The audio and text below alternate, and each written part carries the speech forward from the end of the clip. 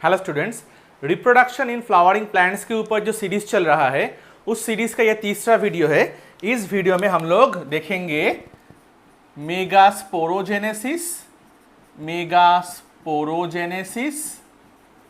And mega gametogenesis. ठीक है, megasporogenesis का मतलब क्या है? मेगास्पोरोजेनेसिस का मतलब है मेगास्पोर मदर सेल से बनेगा मेगास्पोर। ठीक है, मेगास्पोर बनेगा।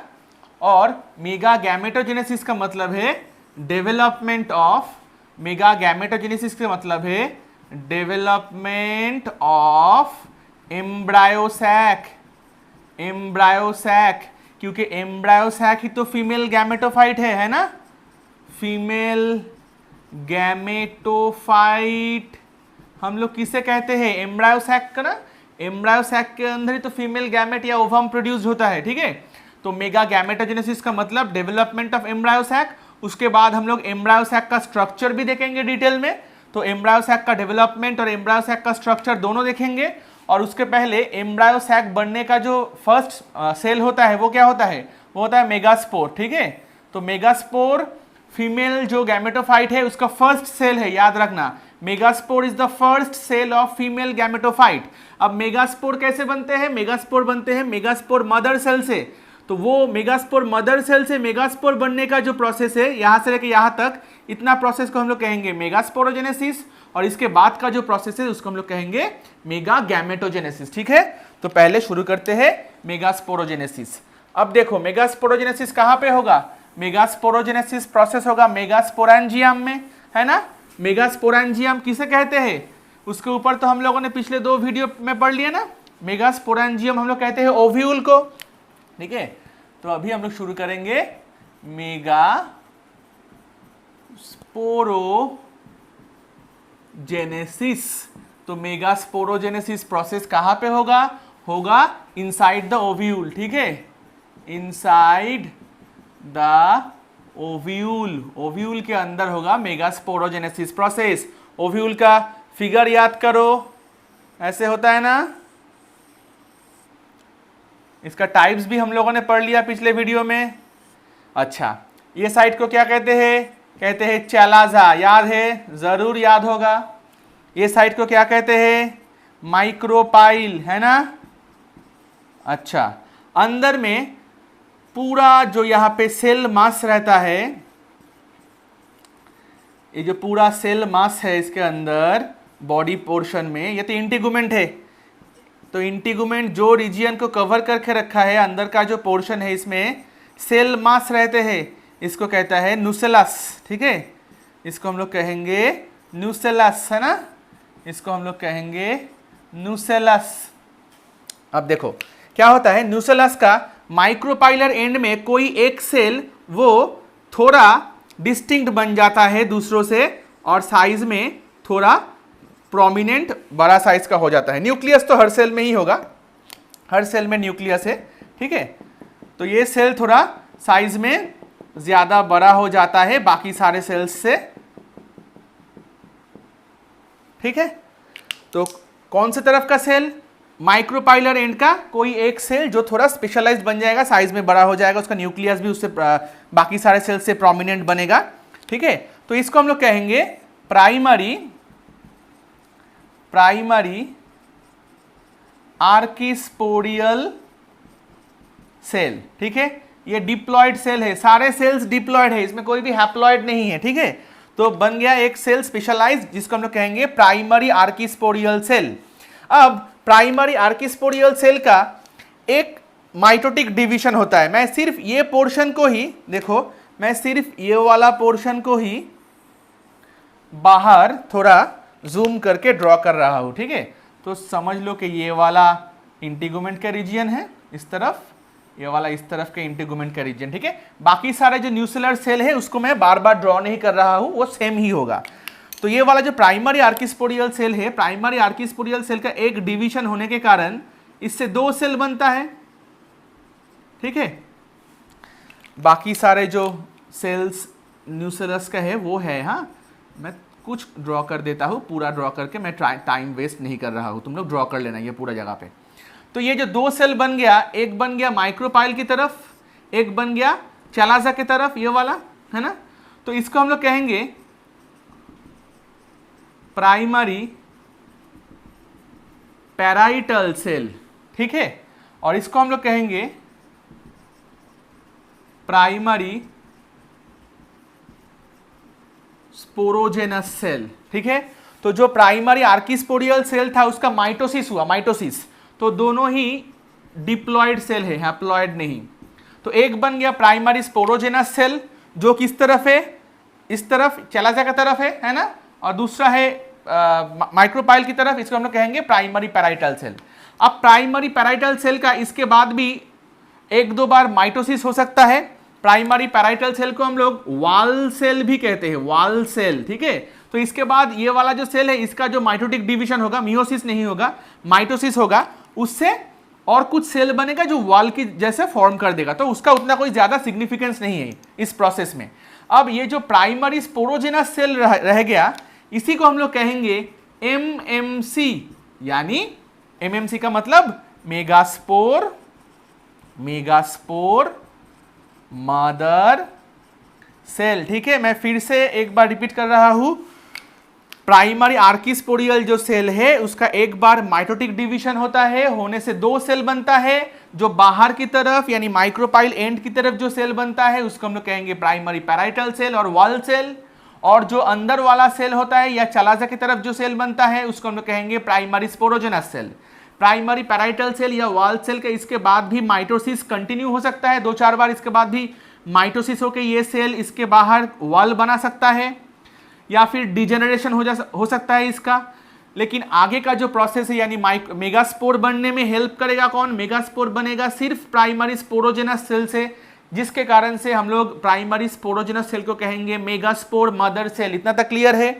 अब क्या होता है, मेगास्पोर मदर सेल जो रह गया, तो मैं इसी पे इरेज करके ड्रॉ कर रहा हूं। तो अभी सपोज ये सेल का कोई काम नहीं है, इसको मैं ड्रॉ नहीं कर रहा हूं।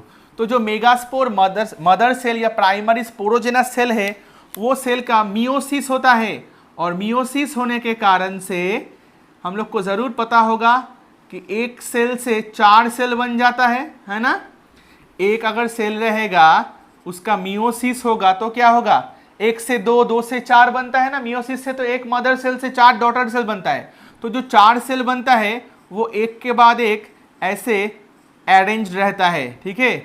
तो ये वाला क्या सेल था, इसको हम लोग कहते थे मेगास्पोर मदर सेल। तो मेगास्पोर मदर सेल का कौन सा सेल डिवीजन हुआ, मियोसिस। अगर megaspore mother cell diploid cell है तो मियोसिस होने के कारण जो ये 4 सेल बन गया, 1 2 3 4, ये 4 सेल को हम लोग क्या कहेंगे, ये चारों सेल को हम लोग कहेंगे मेगास्पोर टेट्राड, है ना। देखो 4 बन गया, 4 मेगास्पोर बन गया, ठीक है। तो ये सारे जो सेल्स है ये सारे सेल्स हैप्लॉइड करके है, ये भी हैप्लॉइड, ये भी हैप्लॉइड, ये भी हैप्लॉइड, ये भी हैप्लॉइड। मियोसिस हुआ है तो क्रोमोसोम हाफ हो गया है। अब जो 4 मेगास्पोर बन गया उसमें से ज्यादातर केसेस में क्या होता है, माइक्रोपाइलर साइट का जो 3 मेगास्पोर है वो नष्ट हो जाता है, डीजेनरेशन हो जाता है। तो बचता कौन, बचता एक जो एकदम इनर मोस्ट सेल है यानी चलाजा की तरफ जो सेल है, माइक्रोपाइल की तरफ जो 3 मेगास्पोर है वो ज्यादातर केसेस में वो नष्ट हो जाता है। बचता है सिर्फ एक जिसको हम लोग कहेंगे मतलब अभी फंक्शनल मेगास्पोर। तो मेगास्पोर तो टेट्राड 4 बन गया। जब 4 मेगास्पोर बनते हैं उसका अरेंजमेंट ऐसा होता है, इसको हम लोग कहते हैं लीनियर अरेंजमेंट।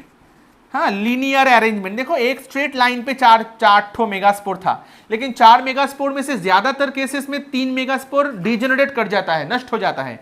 तो जो बचता है उसको हम लोग क्या कहेंगे, इसको हम लोग कहेंगे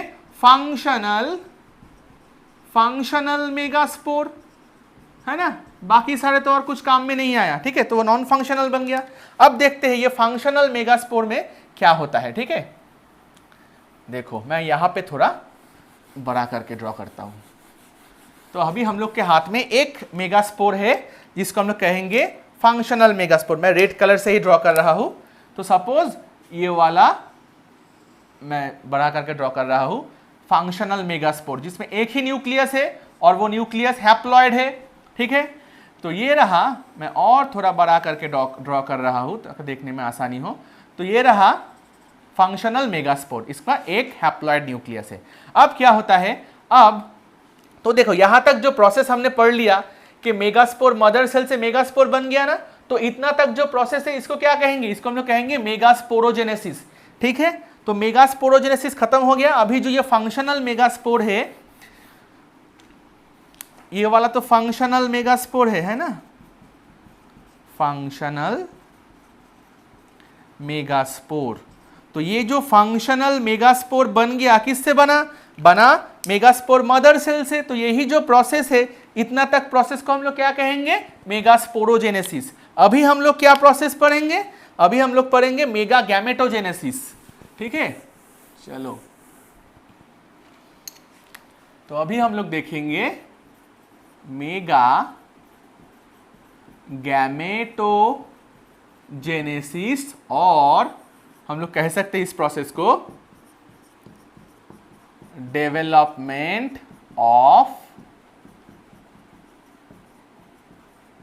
एम्ब्रायोसैक। अब एम्ब्रायोसैक बनेगा, ठीक है। एम्ब्रायोसैक मतलब फीमेल गैमेटोफाइट, ठीक है। एम्ब्रायोसैक का मतलब फीमेल गैमेटोफाइट। तो अभी एम्ब्रायोसैक डेवलपमेंट होने का जो प्रोसेस है उसको हम लोग कहेंगे मेगा गैमेटोजेनेसिस। देखेंगे इसी के अंदर फीमेल गैमेट या ओवम या उस्फियर वो प्रोड्यूस्ड होगा। तो अभी ये जो फंक्शनल मेगास्पोर है, इसके अंदर एक ही न्यूक्लियस है जो है हैप्लॉइड। ये न्यूक्लियस का फ्री न्यूक्लियर डिवीजन होता है, मतलब सिर्फ कैरियोकाइनेसिस, साइटोकाइनेसिस नहीं, free nuclear division, mitotic division. तो फ्री न्यूक्लियर डिवीजन होने से एक न्यूक्लियस से दो न्यूक्लियस बन गया, दोनों nucleus haploid in nature. Mitotic division हुआ तो फ्री न्यूक्लियर डिवीजन, मैं लिख देता हूं फ्री न्यूक्लियर डिवीजन, ठीक है। फ्री न्यूक्लियर डिवीजन हुआ यानी सिर्फ न्यूक्लियस का डिवीजन हुआ, साइटोप्लाज्मिक डिवीजन या साइटोकाइनेसिस नहीं हुआ। तो जो दो न्यूक्लियस बन गया हैप्लॉइड, दोनों न्यूक्लियस में एक मूव करता है टूवर्ड्स चैलाजा, एक मूव करता है टूवर्ड्स माइक्रोपाइल। ये चैलाजा लैंड है ना, इस तरफ तो चैलाजा है, इस तरफ तो माइक्रोपाइल है। तो ये वाला चैलाजा लैंड, ये वाला माइक्रोपाइलर एंड, ठीक है, याद रखना। तो एक न्यूक्लियस चला गया टूवर्ड्स चैलाजा, एक न्यूक्लियस चला गया टूवर्ड्स माइक्रोपाइल। इतना तक क्लियर है। तो कितना बार न्यूक्लियर डिवीजन हुआ, पहले एक बार हुआ। एक बार होने से एक से दो न्यूक्लियस बना, जिनमें से एक चला गया टूवर्ड्स चैलाजा, एक चला गया टूवर्ड्स माइक्रोपाइल। ओके, चलो अभी चैलाजा और माइक्रोपाइल की तरफ जाने के बाद ये दोनों न्यूक्लियस का 2 टाइम्स फिर से फ्री न्यूक्लियर डिवीजन होता है। तो अगर 2 बार इसका डिवीजन होगा तो एक से पहले हुआ 2 न्यूक्लियस, फिर 2 से हुआ 4 न्यूक्लियस, इस तरफ भी सेम हुआ, 1 से 2, 2 से 4। इतना क्लियर। तो कुल मिला के कितना बार फ्री न्यूक्लियर डिवीजन हुआ, देखो 3 बार, 3 टाइम्स फ्री न्यूक्लियर डिवीजन हुआ, 3 टाइम्स, है ना। एक न्यूक्लियस था, एक से अगर एक बार डिवीजन होगा तो 2 बनेगा, 2 न्यूक्लियस, 2 बार होगा तो 2 से 4 बना, 3 बार हुआ तो 4 से 8 बना, है ना। 8 न्यूक्लियस, 4 इस तरफ, 4 इस तरफ, क्लियर। तो 3 टाइम्स फ्री न्यूक्लियर डिवीजन होता है, इसको याद रखना। फ्री न्यूक्लियर डिवीजन, अभी तक साइटोप्लाज्मिक डिवीजन नहीं बना, कोई सेल वॉल नहीं बना, ठीक है। तो 4 सेल रहा चैलाजा की तरफ, 4 न्यूक्लियस रहा चैलाजा की तरफ, 4 न्यूक्लियस रहा माइक्रोपाइल की तरफ। ये सारे न्यूक्लियस हैप्लॉइड इन नेचर, याद रखना, डिप्लॉइड नहीं, सारे हैप्लॉइड। अब ये 4 न्यूक्लियस में से एक एक करके न्यूक्लियस, ये दोनों, इसको हम लोग पोल कह सकते हैं ना, पोल, अगर नॉर्थ पोल साउथ पोल ऐसा पोल कह सकते हैं ना। तो दोनों पोल से एक एक करके nucleus towards the centre migrate करके आ जाता है। तो ये दोनों न्यूक्लियस को अभी हम लोग कहेंगे, ये दोनों न्यूक्लियस को हम लोग कहेंगे पोलर न्यूक्लियस। क्यों? क्योंकि दोनों पोल से ये बीच में आ गया। तो दोनों जो पोलर न्यूक्लियस है, हर एक न्यूक्लियस हैप्लॉइड करके है ना। अच्छा, इसका क्या होते हैं ये हम लोग बाद में आते हैं। अभी देखो चैलाजा की तरफ जो 3 न्यूक्लियस है और माइक्रोपाइल की तरफ जो 3 न्यूक्लियस है, अभी ये न्यूक्लियस के चारों ओर सेल वॉल फॉर्म करता है, ठीक है। और यहाँ पे सेल फॉर्मेशन होता है। मैं दूसरे कलर से ड्रॉ करता हूँ। चैलाजा की तरफ तीनों ऑलमोस्ट सेम साइज का सेल बन जाता है, अंदर न्यूक्लियस होगा। इन तीनों सेल को हम लोग कहेंगे एंटीपोडल सेल। हर सेल हैप्लॉइड इन नेचर। और टूवर्ड्स माइक्रोपाइल क्या होता है, सेंटर में एक लार्ज सेल बनता है और दोनों साइड में थोड़ा छोटा साइज का 2 सेल बनता है। ठीक है, तो लार्ज सेंटर में जो सेल है इसको हम लोग कहेंगे एक सेल या ओवम, और दोनों तरफ जो 2 सेल है इसको हम लोग कहेंगे साइनर्जिड्स या सिनर्जिड्स। याद रहेगा। तो अभी देखो, पहले फ्री न्यूक्लियर डिवीजन 3 टाइम्स हुआ। ऐसा होने से 8 न्यूक्लियस बन गया, 4 चलाजा की तरफ, 4 माइक्रोपाइल की तरफ। दोनों तरफ 4-4 करके न्यूक्लियस में से एक एक बीच में चला आया। दोनों को हम लोग कहेंगे पोलर न्यूक्लियस, तो बीच में दोनों पोलर न्यूक्लियस। चलाजा की तरफ जो 3 न्यूक्लियस था उसके बाहर सेल वॉल का फॉर्मेशन हो गया, तो बन गया तीनों एंटीपोडल सेल। माइक्रोपाइल की तरफ बीच का जो न्यूक्लियस है वो थोड़ा साइज में बड़ा हो गया, न्यूक्लियस बड़ा नहीं हुआ, उसके मतलब सेल वॉल साइटोप्लाज्म को लेके जो बाउंड्री किया तो वो सेल थोड़ा साइज में बड़ा हो गया, उसको हम कहेंगे एक सेल। और दोनों तरफ जो 2 सपोर्टिंग सेल है उसको हम कहेंगे सिनर्जिड्स। मैं ये पोर्शन को थोड़ा यहाँ पे बड़ा करके ड्रॉ कर रहा हूँ। देखो, अगर ये वाला सपोज एक सेल, ठीक है, ये वाला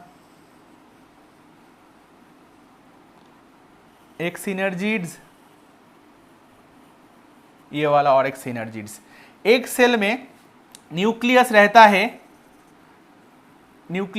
है टूवर्ड्स चलाजा, और इस तरफ रहता है एक वैक्यूल। ठीक है, माइक्रोपाइल की तरफ रहता है वैक्यूल, लेकिन दो जो सिनर्जिड्स है उसका न्यूक्लियस रहता है टूवर्ड्स माइक्रोपाइल और वैक्यूल रहता है टूवर्ड्स चलाजा।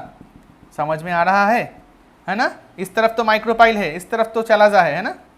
अच्छा, देखो ये मैंने क्या ड्रॉ किया, यहाँ पे जो फिंगर लाइक जो मतलब इनवर्ड जो डिप्रेशन होता है इसको हम लोग कहेंगे फिलीफॉर्म एपारेटस। इसको हम लोग कहेंगे फिलीफॉर्म एपारेटस। ठीक है, सिनर्जिड्स में जो सेल वॉल माइक्रोपाइल की तरफ जो ऐसे इनवर्ड फोल्डिंग होता है उसको हम लोग कहेंगे फिलीफॉर्म एपारेटस। ये क्या करते हैं, पोलेन ट्यूब को गाइड करने में हेल्प करते हैं। जब फर्टिलाइजेशन देखेंगे तब देखेंगे कि पोलेन ट्यूब आके इसके अंदर जब एंटर करता है तो उसको गाइड करने में ये फिलीफॉर्म एपारेटस हेल्प करता है। ठीक है, और क्या कहना है यहाँ पे, देखो ये जो तीनों सेल्स है ये, अच्छा जो बीच में ये सेल बाकी जो पोर्शन है इसको हम लोग कहेंगे सेंट्रल सेल। इसको हम लोग कहेंगे सेंट्रल सेल। तो यही जो स्ट्रक्चर है इसको हम लोग कहेंगे एम्ब्रायो सैक। ठीक है, तो ये जो पूरा स्ट्रक्चर बन गया इसको हम लोग कहेंगे, मैं कहाँ पे लिखूँ, यहाँ पे छोटा करके लिख रहा हूँ, एम्ब्रायो सैक यानी फीमेल गैमेटोफाइट। तो एम्ब्रायो सैक में देखो सेल्स कितना मिलेगा, 1 2 3 4 5 6, और ये जो लार्ज सेल है जिसको सेंट्रल सेल कहेंगे तो ये एक 7 सेल्ड है ना। और न्यूक्लियस कितना है, 1 2 3 4 5 6 7 8, तो 7 सेल्ड 8 न्यूक्लिएटेड कंडीशन है ना।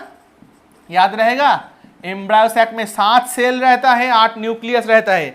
ऐसे एम्ब्रायो सैक को हम लोग कहेंगे polygonum type of embryo sac. क्या कहेंगे, कहेंगे polygonum type of embryo sac. लिख लो पॉलीगोनम, मैं लिख के देता हूं, कहाँ पे लिखूं, मैं इसको इरेज कर देता हूं, पूरा बोर्ड एकदम भर गया है। ऐसे जो एम्ब्रायो सैक मिलेगा जिसमें 7 सेल और 8 न्यूक्लियस मिलते हैं इसको कहते हैं polygonum type of embryo sac. ठीक है, बीच में जो 2 पोलर न्यूक्लियस है इसके आपस में फ्यूजन हो सकता है, बाद में भी हो सकता है। तो पोलर न्यूक्लियस अगर आपस में फ्यूज कर जाता है तो पोलर न्यूक्लियस फ्यूज कर जाने से हैप्लॉइड दोनों पोलर न्यूक्लियस फ्यूज करेगा तो डिप्लॉइड न्यूक्लियस बनेगा ना, तो इसको हम लोग कहेंगे डेफिनिटिव न्यूक्लियस। ठीक है, पोलर न्यूक्लियस का फ्यूजन होने से जो न्यूक्लियस बनता है ड्यूरिंग फर्टिलाइजेशन उसको हम लोग कहेंगे डेफिनेटिव न्यूक्लियस। जब फर्टिलाइजेशन देखेंगे तब हम लोग देखेंगे जो पोलन ट्यूब आएगा ना, पोलन ट्यूब में 2 स्पर्म रहता है, एक स्पर्म से फर्टिलाइजेशन होता है एक सेल का और दूसरे स्पर्म आके मीट करता है ये डेफिनेटिव न्यूक्लियस से, तभी डेफिनेटिव न्यूक्लियस 2n और स्पर्म हैप्लॉइड यानी n, तो ये मिलके बन जाता है एंडोस्पर्म न्यूक्लियस ट्रिप्लॉइड। ठीक है, तो वो जब डबल फर्टिलाइजेशन पढ़ेंगे तो वहां पे देखेंगे। यहाँ पे जो मैं बोल रहा था कि ये एंटीपोडल सेल्स का फंक्शन क्या है। एंटीपोडल सेल्स सेंट्रल सेल के साथ प्लाज्मोडेस्माटा से जुड़ा रहता है। ये क्या करता है, न्यूसेलस से न्यूट्रिएंट लेके ये सेंट्रल सेल में वो ट्रांसफर करता है, ठीक है। ये जो न्यूसेलर टिश्यू है ना, न्यूसेलर सेल या न्यूसेलर टिश्यू, वहां से न्यूट्रिएंट लेके वो सेंट्रल सेल में वो ट्रांसपोर्ट करता है। साइनर्जिड्स का क्या काम है, सिनर्जिड्स का या साइनर्जिड्स का, ये भी न्यूट्रिएंट सप्लाई करता है और क्या करता है, एक सेल को प्रोटेक्ट करता है, पोलन ट्यूब को गाइड करने में हेल्प करता है ड्यूरिंग फर्टिलाइजेशन, और they act as shock absorber. जब पोलन ट्यूब आके हिट करता है ना एम्ब्रायो सैक में, तो वो शॉक पहले कौन ले लेता है, सिनर्जिड्स को, सिनर्जिड्स को ही आके पहले हिट करता है, तब सिनर्जिड्स नष्ट हो जाता है, डिजेनरेशन हो जाता है, ठीक है। तभी पोलन ट्यूब फट जाता है, वहां से स्पर्म आके फर्टिलाइजेशन होता है, एक के साथ एक मिलता है और दूसरा जाके मिलते हैं डेफिनेटिव न्यूक्लियस, ठीक है। तो वो तब जब हम लोग फर्टिलाइजेशन देखेंगे तब देखेंगे। तो अभी ये जो पूरा प्रोसेस मैंने बोला ये हो गया मेगा गैमेटोजेनेसिस। मेगा गैमेटोजेनेसिस मतलब डेवलपमेंट ऑफ एम्ब्रायो सैक, ठीक है। तो एम्ब्रायो सैक का डेवलपमेंट पढ़ते पढ़ते हम लोगों ने एम्ब्रायो सैक का स्ट्रक्चर भी पूरा डिटेल में देख लिया। क्लियर? तो इस वीडियो में इतना ही, अगले वीडियो में कोई और टॉपिक लेके लौटते हैं, ठीक है।